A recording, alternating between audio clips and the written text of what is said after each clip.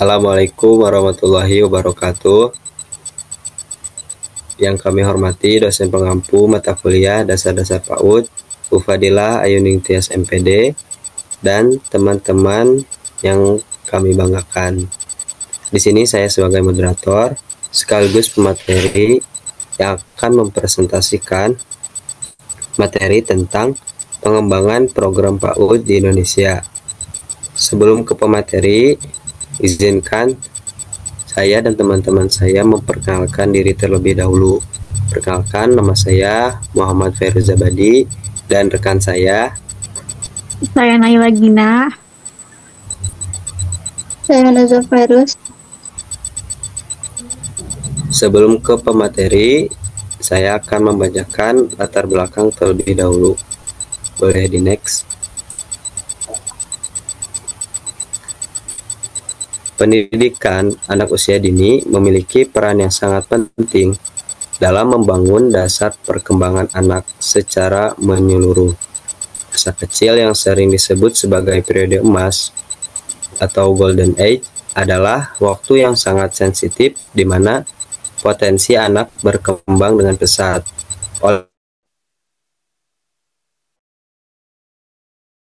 Oleh karena itu, investasi dalam memastikan generasi muda tumbuh menjadi individu yang cerdas, kreatif, dan memiliki karakter yang kuat. Next, lanjut ke pembahasan. Sini saya akan membahas tentang PAUD Holistik Integratif. Pendidikan anak usia dini menawarkan beragam model pembelajaran yang dapat disesuaikan dengan kondisi dan situasi yang berbeda-beda. Perbedaan ini bisa disebabkan oleh faktor geografis seperti lokasi di pantai, pegunungan, atau dataran rendah, serta kondisi wilayah seperti perkotaan, pedesaan, atau pesisir. Model pembelajaran PAUD dirancang untuk menciptakan lingkungan yang mendorong interaksi anak dalam proses belajar, sehingga terjadi perkembangan positif pada diri mereka. Komponen utama model pembelajaran meliputi konsep tujuan, materi, langkah-langkah, metode, alat dan sumber belajar, serta teknik evaluasi. Analisis data menggunakan uji Wilcoxon menunjukkan hasil value 002 yang mengindikasikan adanya perbedaan pengetahuan yang signifikan antara sebelum dan sesudah edukasi penggunaan bukti pendampingan 1000 hari pertama kehidupan.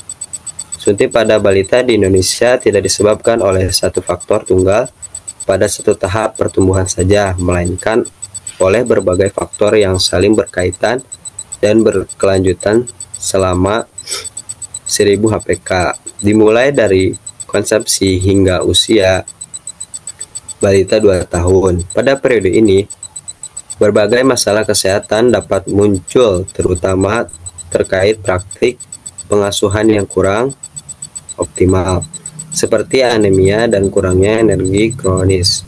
Pada ibu hamil, pemeriksaan kehamilan yang tidak sesuai standar, persalinan yang tidak ditolong oleh tenaga kesehatan, tidak melakukan inisiasi, tidak memberikan imunisasi dasar lengkap, hingga tidak memberikan makanan pendamping.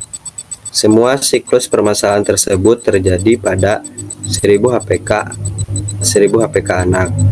Berdasarkan hasil penelitian yang telah dilaksanakan di 2 posyandu di wilayah Kecamatan Sumbersari, Kabupaten Jember, dapat disimpulkan bahwa edukasi nutrisi dan praktek teknologi pangan pada kelompok rawan pangan 1000 HPK cukup efektif dalam meningkatkan pengetahuan dan sikap kepedulian gizi.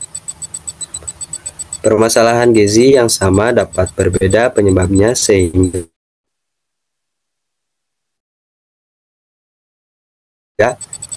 untuk penanganannya tidak program ini diterapkan pada wilayah berbeda, perlu dilakukan penyesuaian dengan kondisi setempat. Selanjutnya perlu dilakukan pelatihan teknologi pangan agar dapat meningkatkan tindakan kepedulian gizi sehingga secara keseluruhan akan dapat merubah perilaku untuk lebih peduli terhadap gizi. Hasil penelitian Ini menunjukkan bahwa penyuluhan menggunakan media promosi kesehatan dalam meningkatkan pengetahuan lebih berpengaruh dibandingkan dengan hanya menggunakan metode ceramah pada media bukit.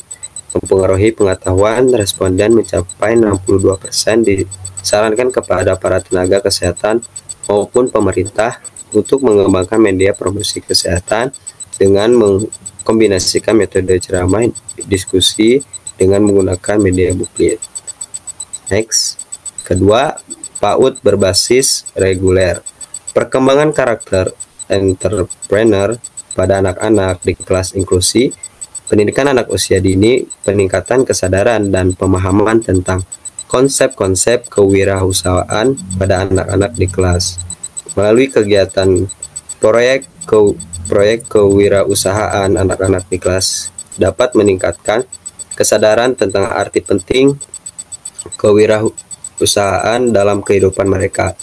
Mereka dapat memperoleh pemahaman tentang konsep-konsep seperti kreativitas, inovasi, risiko, pengambilan keputusan, dan tanggung jawab yang terkait dengan kewirausahaan melalui diskusi dan refleksi.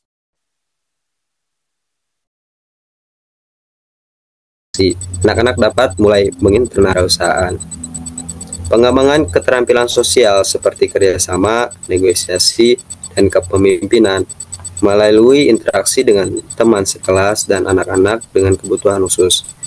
Dalam kegiatan proyek kewirausahaan, anak-anak di kelas berinteraksi dengan teman kelas dan anak-anak dengan kebutuhan khusus. Mereka belajar untuk belajar bersama dalam tim, bernegosiasi, dan memimpin saat bekerja pada proyek kewirausahaan. Proses ini memperkuat keterampilan sosial mereka, termasuk kemampuan untuk berkomunikasi efektif, mendengarkan, menghargai perbedaan, dan berkolaborasi dengan orang lain. Dalam keseluruhan, kegiatan proyek kewirausahaan di kelas pendidikan anak usia dini dapat memberikan kontribusi signifikan dalam perkembangan karakter entrepreneur anak-anak di masa depan. Sebagaimana hasil dari penelitian Yanti, dalam penelitiannya mengatakan bahwa terdapat beberapa proses pembentukan jiwa kewirausahaan, yaitu melalui proses pembelajaran dan pembiasaan diri sebagai pencetus karakter di kemudian hari. Mereka dapat meningkatkan pemahaman konsep kewirausahaan, mengembangkan kreativitas dan inovasi.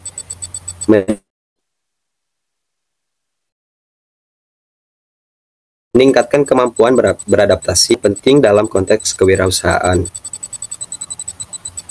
Pemahaman lebih komprehensif tentang strategi yang efektif dalam mengembangkan karakter entrepreneur di kedua kelompok tersebut. Perbedaan dalam membangun karakter entrepreneur, yang pertama ada pendekatan pembelajaran. Anak-anak di kelas mungkin membutuhkan pendekatan pembelajaran yang lebih individual dan penyesuaian strategi sesuai dengan kebutuhan khusus mereka. Pendekatan yang lebih diferensiasi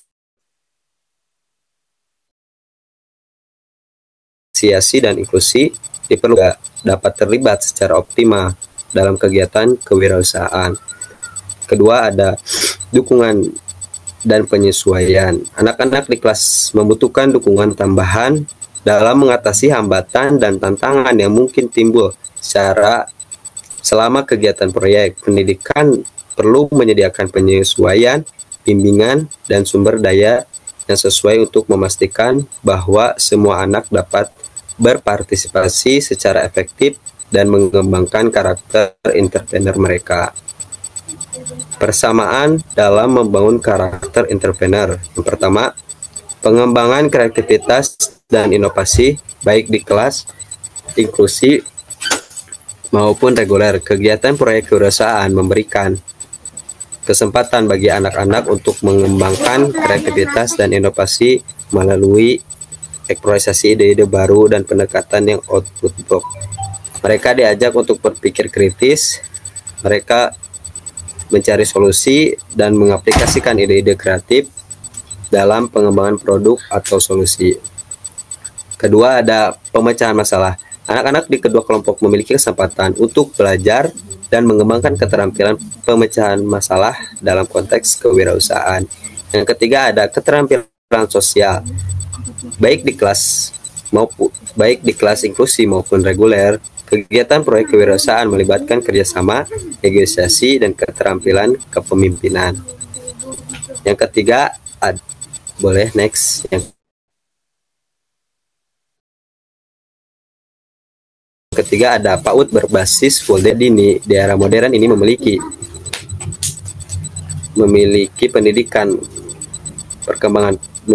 pendidikan anak usia dini telah mengalami perkembangan pesat meninggalkan metode tradisional. Lingkungan belajar kini lebih berfokus pada permainan dan berpusat pada anak, memungkinkan mereka berinteraksi sesuai kecepatan perkembangan masing-masing.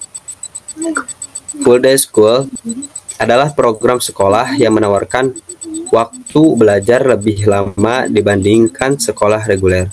Konsep ini tidak menambah beban materi, tetapi memanfaatkan tambahan jam untuk pegayaan melalui metode Playcamp yang disebut pembelajaran aktif, inovatif, kreatif, efektif, dan menyenangkan. Bertujuan untuk memperluas pengetahuan, wawasan, dan pembentukan karakter anak.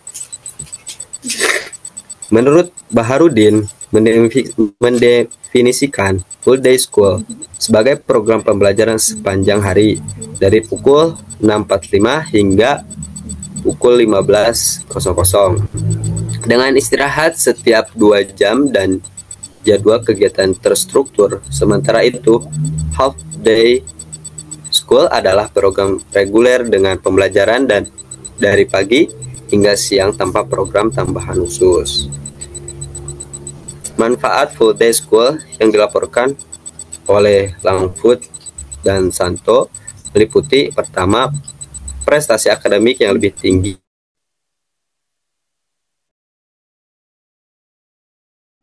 dua, transisi yang lebih mudah, meningkatkan pengalaman belajar, yang keempat, peningkatan keterampilan sosial. Anak-anak di Full Day School memiliki lebih banyak waktu untuk belajar dan bermain aktif dibandingkan dengan mereka di Half Day, yang lebih banyak menghabiskan waktu dalam kelompok besar yang dipimpin guru.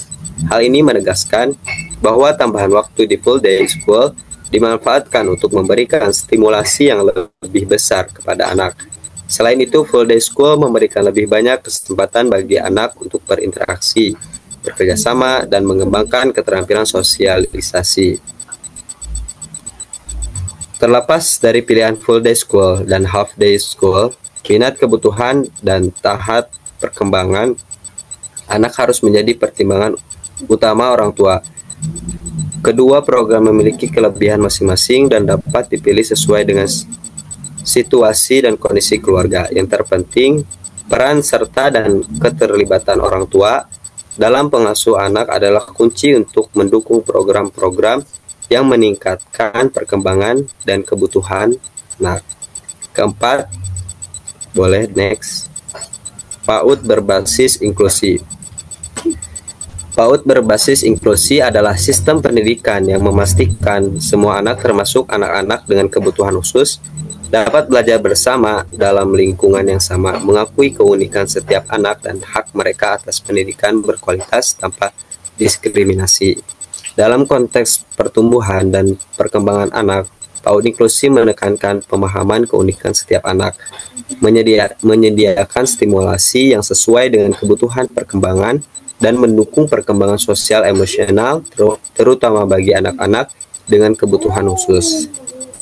PAUD inklusi adalah sistem pendidikan yang memastikan semua anak, termasuk anak-anak dengan kebutuhan khusus, dapat belajar bersama dalam lingkungan yang sama.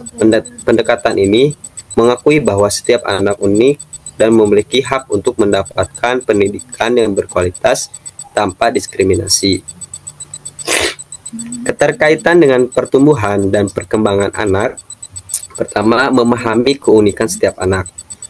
PAUD inklusi menekankan pentingnya memahami keunikan setiap anak, termasuk perbedaan dalam pertumbuhan dan perkembangan mereka.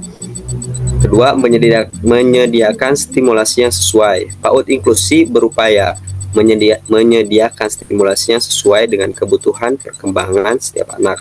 Yang ketiga, mendukung perkembangan sosial emosional. PAUD inklusi sangat penting untuk mendukung perkembangan sosial emosional anak, terutama anak dengan kebutuhan khusus. Keterkaitan dengan pendidikan berbasis anti kekerasan yang akan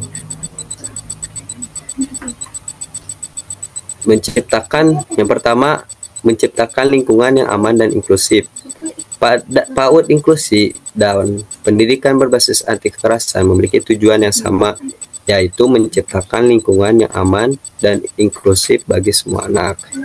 Kedua, mempromosikan nilai-nilai toleransi dan saling menghormati. PAUD inklusi dan pendidikan berbasis anti kekerasan mempromosikan nilai-nilai toleransi, saling menghormati, dan empati. Ketiga, melibatkan semua pihak. PAUD inklusi dan pendidikan berbasis anti kekerasan melibatkan semua pihak termasuk guru, orang tua, dan masyarakat dalam upaya menciptakan lingkungan yang aman dan inklusif. Implementasi dalam PAUD inklusi, guru perlu dilatih untuk mengidentifikasi dan menangani berbagai bentuk kekerasan termasuk bullying, diskriminasi, dan kekerasan fisik. Dengan mengintegrasikan prinsip-prinsip pertumbuhan dan perkembangan anak serta pendidik berbasis anti kekerasan, PAUD inklusi dapat menjadi tempat yang aman dan mendukung bagi semua anak untuk berkembang secara optimal. Kedamaian dimulai dari pikiran manusia. Jika pikiran kita damai, lingkungan kita akan cenderung damai. Pikiran yang ramah dan penuh hormat akan mencegah kata-kata dan tindakan kasar yang memicu konflik. Undang-Undang Dasar 1945 menyatakan tujuan negara Indonesia adalah melindungi bangsa, mewujudkan kesejahteraan, dan menciptakan perdamaian dunia. Mungkin materi selanjutnya yang akan disampaikan oleh rekan saya. Oke. Di sini saya akan menjelaskan tentang PAUD Montessori berbasis kebencanaan, kemaritiman, dan homeschooling. Yang pertama ada metode Montessori. Metode Montessori adalah pendekatan pendidikan yang menekankan pada kebebasan anak dalam belajar secara mandiri. Dengan guru sebagai fasilitator dan observer, Montessori menekankan pentingnya lingkungan yang sesuai untuk anak, baik secara fisik maupun psikologis. Macam-macam metode Montessori memiliki 5 area aktivitas utama.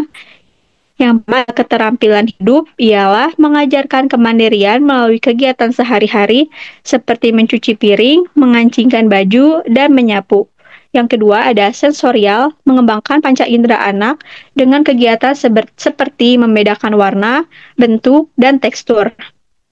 Yang ketiga ada bahasa, yaitu membantu anak dalam memahami bahasa lisan dan tulisan melalui aktivitas seperti bercerita dan membaca.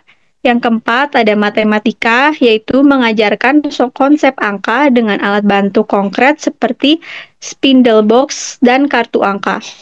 Yang terakhir ada sains dan budaya, yaitu memperkenalkan anak pada ilmu pengetahuan, sejarah, dan geografi melalui eksperimen dan permainan edukatif. Boleh di next?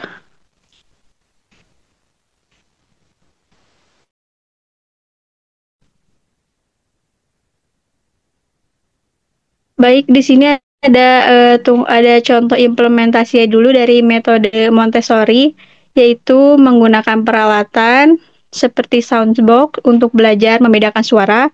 Yang kedua ada bermain kartu angka untuk memahami konsep matematika. Yang ketiga ada melakukan kegiatan keterampilan hidup seperti menyelam dan mengenalkan sendiri. Yang keempat ada kelas lintas usia, diterapkan agar anak yang lebih tua dapat membantu anak yang lebih muda dan belajar. Yang kedua ini ada metode kebencanaan. Metode kebencanaan adalah usaha yang dilakukan untuk memberikan pengetahuan dan pemahaman tentang kebencanaan kepada anak-anak sejak usia dini. Hal ini bertujuan agar mereka memiliki kesiapsiagaan dalam menghadapi bencana, mengurangi risiko, serta mampu berpikir dan bertindak dengan cepat saat bencana terjadi. macam-macam bencana dalam pendidikan kebencanaan menurut Undang-Undang Republik Indonesia Nomor 24 Tahun 2007, bencana dikategorikan menjadi 3 jenis, yaitu ada bencana alam yang disebabkan oleh faktor alam seperti gempa bumi, tsunami, gunung meletus, banjir, kekeringan, angin topan, dan tanah longsor. Yang kedua ada bencana non-alam yang disebabkan oleh faktor selain alam seperti gagal teknologi, modernisasi, epidemi, dan wabah penyakit. Yang ketiga ada bencana sosial disebabkan oleh faktor manusia seperti konflik sosial, kerusuhan, dan terorisme. Lanjut, yaitu contoh implementasinya, yaitu yang pertama ada prabencana atau mitigasi dan kesiapsiagaan, dengan memberikan pemahaman kepada anak-anak tentang jenis-jenis bencana. Yang kedua ada mengajarkan cara evakuasi yang benar. Yang ketiga ada mengadakan simulasi bencana di sekolah secara rutin. Yang kedua ada saat bencana, yaitu tanggap darurat. Yang pertama menyelamatkan diri sesuai dengan prosedur yang telah diajarkan. Yang kedua ada menggunakan alat keselamatan seperti helm dan masker. Yang ketiga ada memastikan anak-anak berada di tempat yang aman. Yang ketiga ada pasca bencana, yaitu melakukan trauma healing untuk anak-anak. Selanjutnya mengembalikan rutinitas pendidikan sesegera mungkin. Dan yang terakhir membangun kembali fasilitas yang rusak. Boleh next? Yang ketiga ada metode kemaritiman. Metode kemaritiman ialah pembelajaran berwawasan kemaritiman yang mengajarkan pendekatan pendidikan yang menanamkan pemahaman dan kepedulian terhadap lingkungan maritim sejak dini. Tujuan utamanya adalah menumbuhkan kecerdasan untuk naturalistik anak, yaitu kemampuan mereka untuk mengenali, memahami, dan peduli terhadap alam serta lingkungan sekitar. Macam-macam kegiatan pembelajaran kemaritiman, yaitu yang pertama ada observasi dan eksplorasi, yaitu mengamati kehidupan laut seperti ikan, kepiting, dan kerang untuk meningkatkan kepekaan anak terhadap makhluk hidup. Yang kedua ada simulasi pencemaran air laut, yaitu menggunakan eksperimen untuk menunjukkan dampak sampah dan limbah terhadap ekosistem laut. Yang ketiga ada aksi bersih pantai, yaitu mengajak anak-anak membersihkan pantai sebagai bentuk kepedulian terhadap lingkungan. Yang keempat ada penanaman mangrove, yaitu memberikan pengalaman langsung dalam menjaga ekosistem pesisir. Yang terakhir ada pembuatan khas karya dari bahan laut, yaitu membuat kerajinan tangan dari cangkang, kerang, dan pasir untuk meningkatkan kreativitas anak. Boleh lanjut? Next.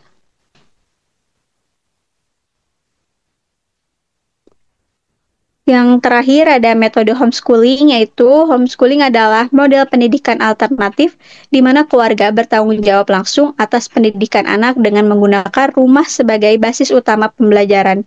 Orang tua berperan aktif dalam menentukan kurikulum, metode, dan materi ajar. Macam-macam homeschooling ada 3, yaitu ada homeschooling tunggal, yaitu yang dilaksanakan oleh satu keluarga tanpa bergabung dengan keluarga yang lain. Yang kedua ada homeschooling majemuk, yaitu beberapa keluarga bergabung untuk berbagi sumber daya seperti pengajaran keterampilan khusus. Yang ketiga ada komunitas homeschooling, yaitu gabungan dari beberapa homeschooling majemuk dengan kurikulum dan kegiatan bersama. Terus ada pendekatan homeschooling. Yang pertama ada belajar dengan pendekatan tema tertentu. Yang kedua ada menggunakan amata seperti kunjungan ke museum. Yang ketiga ada menggunakan kurikulum yang terstruktur berdasarkan perkembangan anak. Yang keempat ada menciptakan suasana belajar seperti di rumah. Yang kelima ada menyiapkan lingkungan belajar yang mendukung eksplorasi anak. Yang keenam ada kombinasi dari berbagai pendekatan sesuai kebutuhan anak. Dan yang terakhir yaitu anak belajar berdasarkan minat mereka sendiri. Di sini ada keunggulan homeschooling. Yang pertama, fleksibel dan disesuaikan dengan kebutuhan anak. Yang kedua ada mengurangi tekanan akademik yang sering terjadi di sekolah formal. Yang ketiga yaitu memungkinkan anak lebih fokus pada keterampilan hidup. Yang keempat, terhindar dari pengaruh negatif seperti perundungan dan tekanan sosial. Dan Kelemahan dari homeschooling ialah kurangnya interaksi sosial dengan teman sebaya, orang tua harus memiliki komitmen tinggi untuk mendidik anak, dan yang terakhir tidak semua keluarga memiliki sumber daya yang cukup untuk homeschooling. Mungkin segitu saja yang dapat saya sampaikan. Materi selanjutnya akan dilanjutkan oleh rekan saya. Baik, selanjutnya saya akan menjelaskan PAUD berbasis agama, berbasis moderasi beragama, berbasis multikultural, dan juga berbasis budaya.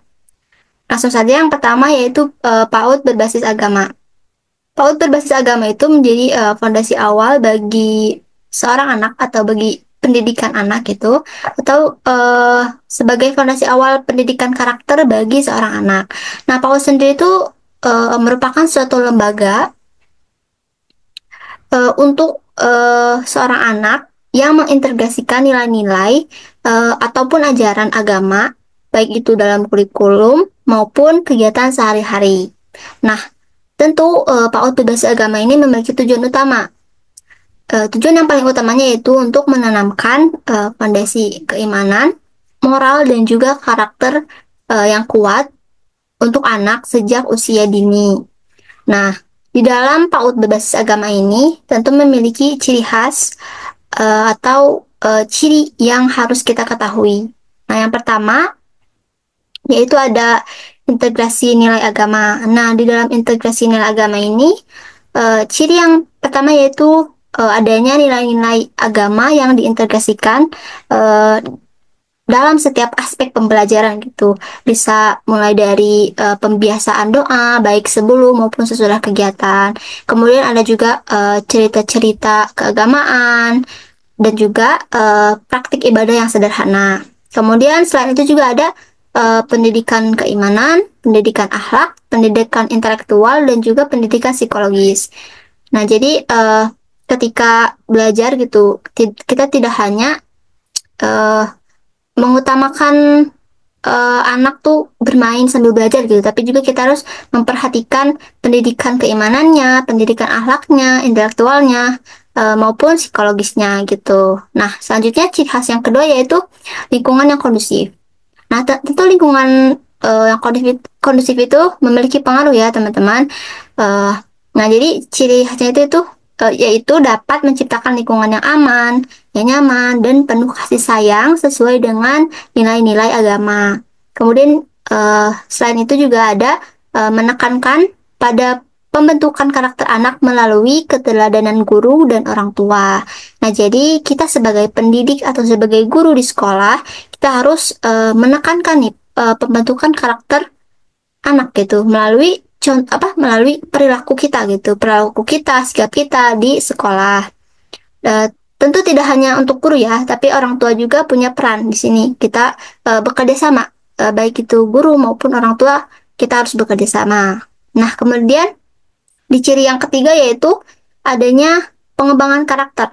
Nah, pengembangan karakter ini fokus pada pembentukan karakter anak gitu.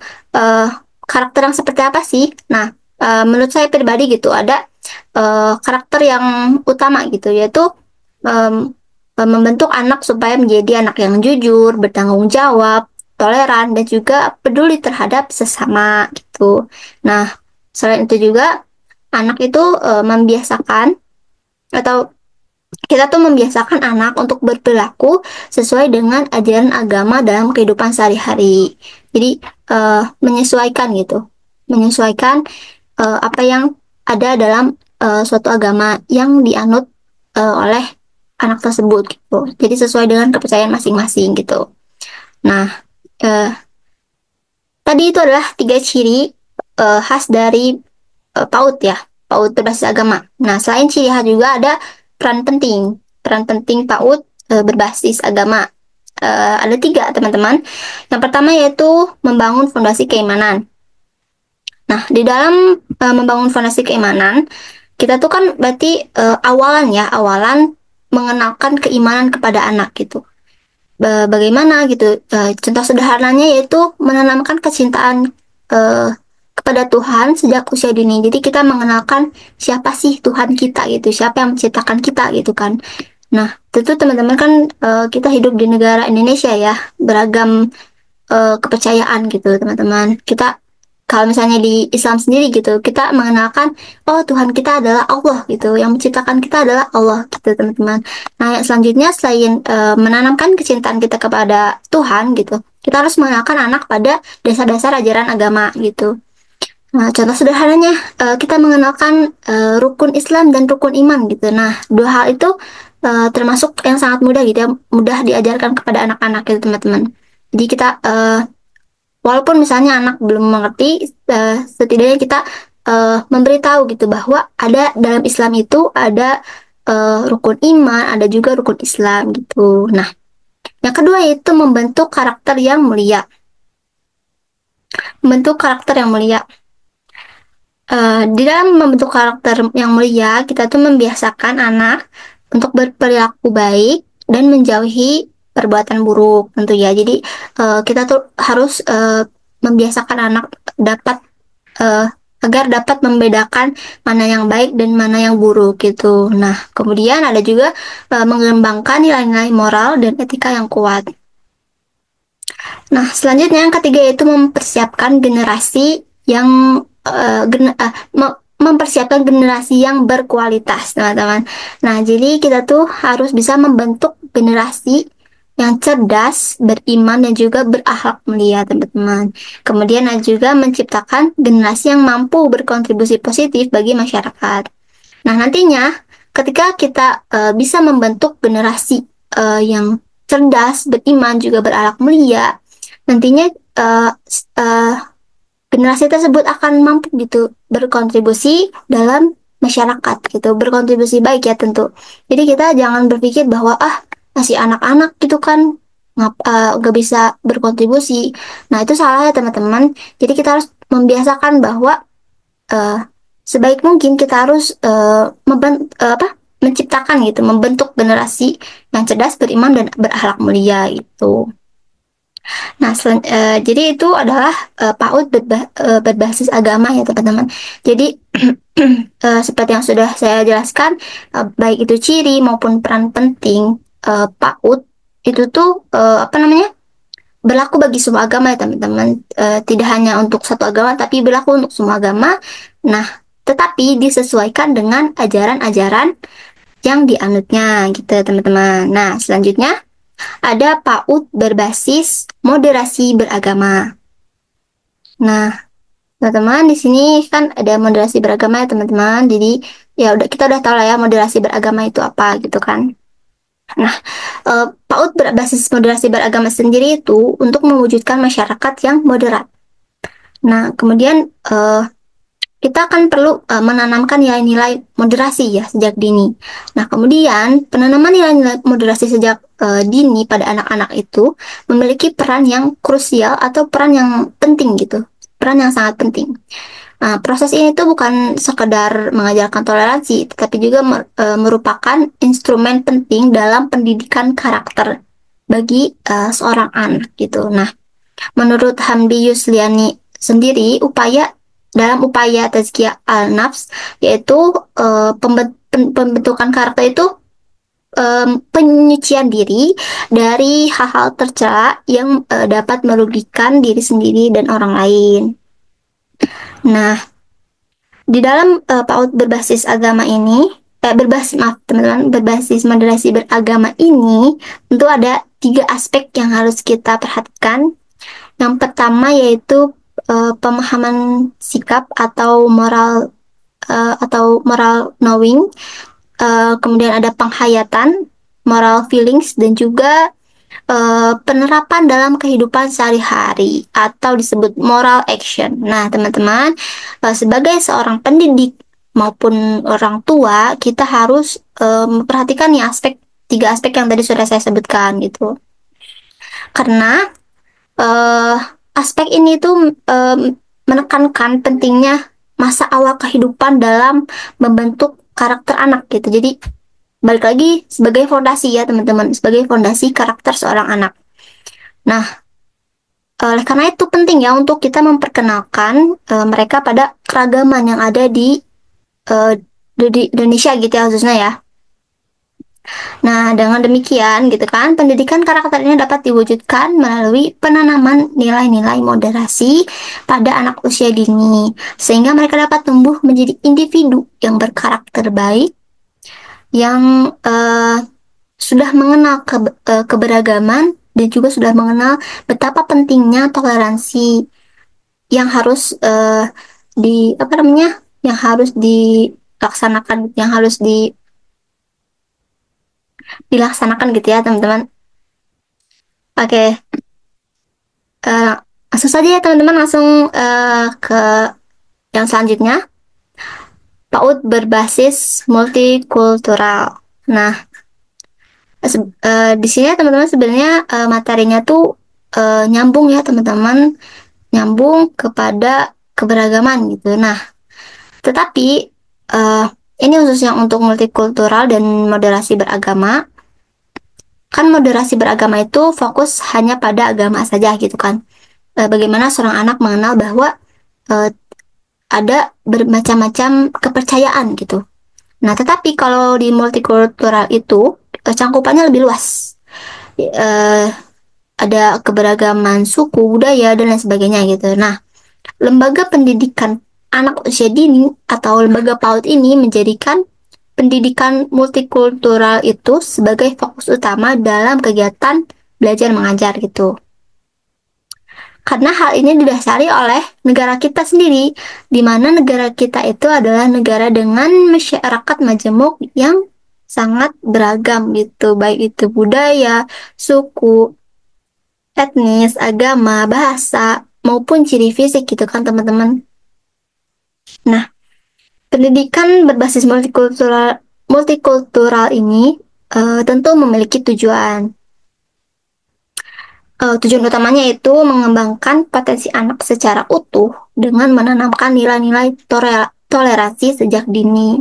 Jadi anak itu dapat menghargai, menghormati perbedaan mulai dari kecil gitu, dari sejak usia dini gitu kan. Nah,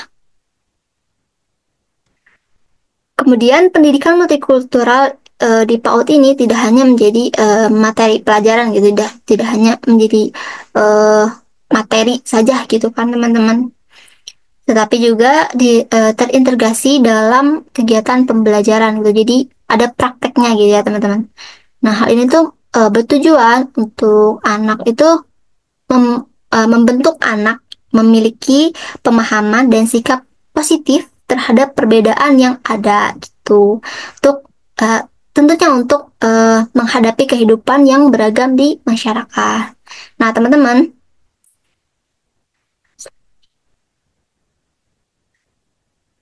ada faktor uh, dua faktor, dan faktor pendukung maupun faktor penghambat. Nah, faktor pendukungnya teman-teman, ini faktor pendukung pendidikan multikultural ya teman-teman. Nah, faktor pendukungnya itu teman-teman, yang pertama, memang negara Indonesia adalah negara yang beragam budayanya. Jadi sangat mendukung untuk terlaksananya pendidikan multikultural. Nah, selain itu juga sebagian besar pendidik itu sudah paham gitu tentang konsep pendidikan multikultural dan juga pentingnya menanamkan sikap toleransi pada anak-anak gitu. Jadi sebagian besar pendidik itu sudah tahu gitu. Jadi itu sangat mendukung ya, mendukung adanya pendidikan multikultural. Nah, teman-teman tentu tidak hanya faktor pendukung, tapi juga faktor penghambat. Nah, faktor penghambat dari pendidikan multikultural, yang pertama teman-teman, kita kan ya, anak-anak itu kan beragam beragam ya sikapnya gitu, sifatnya gitu kan. Nah, jadi masih ada anak-anak yang kesulitan menyesuaikan diri dengan lingkungan yang penuh dengan perbedaan gitu. Jadi masih ada anak yang kayak misalnya, oh kenapa nih teman aku kok beda ya gitu kan, atau mungkin sebaliknya gitu, kayak oh kenapa aku beda ya dari teman-teman aku gitu kan misalnya. Nah, jadi masih ada kesulitan-kesulitan beberapa anak gitu yang kesulitan menyesuaikan diri gitu dengan lingkungan yang penuh dengan perbedaan ini gitu kan. Nah, selanjutnya faktor penghambat yang selanjutnya yaitu Masih ada nih masyarakat sekitar yang mengerti kurang mengerti tentang pentingnya keberagaman yang menjadi kendala dari luar nih teman-teman. Kayak masih ada aja masyarakat yang kayak menganggap perbedaan itu kayak suatu masalah gitu ya teman-teman. Ya di tetangga maupun di apa ya di lingkungan sekitar lah, misalnya di tetangga terus misalnya di keluarga sendiri gitu kan teman-teman. Itu menjadi faktor penghambat juga tuh Mas. Jadi masih kurang eh, pengertian gitu, kurang pemahaman tentang pentingnya keberagaman gitu. Nah, dan dengan memahami hal-hal yang membantu atau faktor pendukung, faktor pendukung maupun faktor penghambat, diharapkan PAUD itu bisa terus meningkatkan mutu pendidikan multikultural dan menciptakan lingkungan belajar yang ramah dengan semua anak. Jadi itu teman-teman. Selanjutnya teman-teman PAUD berbasis budaya. Nah ini teman-teman kita bahas tentang PAUD berbasis budaya. Jadi uh, dengan membangun dasar identitas anak melalui pendidikan berbasis budaya daerah di PAUD, PAUD ini mengintegrasikan budaya lokal uh, dengan program yang dirancang untuk mendukung perkembangan anak secara menyeluruh, baik secara fisik maupun mental. Program ini berfokus pada penanaman pemahaman dan penghargaan terhadap kekayaan budaya daerah gitu, termasuk cara hidup, tradisi, seni, pemikiran, nilai-nilai maupun praktik khas masyarakat setempat. Nah, tujuannya teman-teman tadi sudah saya jelaskan, tujuannya tuh ya untuk mendukung ya perkembangan anak secara menyeluruh.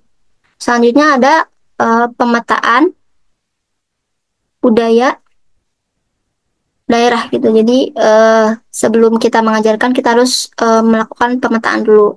Nah, yang pertama kita harus mengidentifikasi berbagai elemen budaya seperti seni, tradisi, kebiasaan, adat istiadat dan cara hidup. Kemudian yang kedua menjelaskan setiap kategori elemen budaya secara rinci. Kemudian ada juga membuat dokumentasi hasil pemetaan sebagai sumber belajar gitu. Jadi balik lagi teman-teman kita menyesuaikan kondisi dan situasi di daerah tersebut gitu. Nah itu mungkin teman-teman yang dapat saya sampaikan. Saya kembalikan kepada moderator. Terima kasih kepada Najwa yang sudah menyampaikan materi yang terakhir. Mungkin teman-teman, jadi boleh di next. Jadi kesimpulan yang bisa kita ambil dari materi ini adalah perkembangan program PAUD di Indonesia menunjukkan keberagaman pendekatan yang disesuaikan dengan kebutuhan anak seperti PAUD HI, PAUD reguler, full day, inklusi, Montessori, berbasis kebencanaan, kemaritiman, homeschooling, berbasis agama, moderasi beragama, dan multikultural. Masing-masing program memiliki kelebihan dan tantangan dalam implementasinya. Mungkin cukup sekian yang bisa kelompok kami sampaikan, kurang lebihnya mohon dimaafkan. Wabillahi taufiq wal hidayah. Assalamualaikum warahmatullahi wabarakatuh.